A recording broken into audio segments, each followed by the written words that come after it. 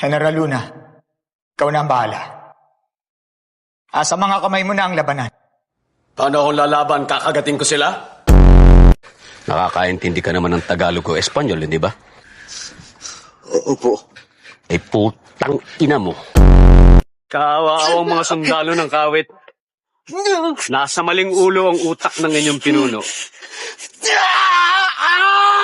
At hindi naman ganoon kalaki ang utak niya. Nauubusan na ako ng Ingles. Arestuhin nyo na, tangina naman, oh. Sige na!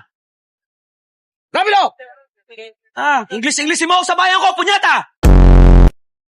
Umaasa ako na susuko ka ng mapayapa.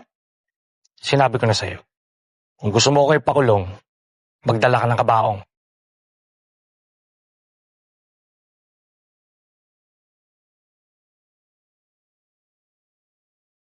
Baliw ka talaga, Luna.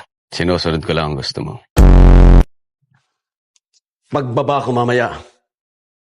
Dapat nakapagpagupit ka na, ha? Kung hindi, babariling kita!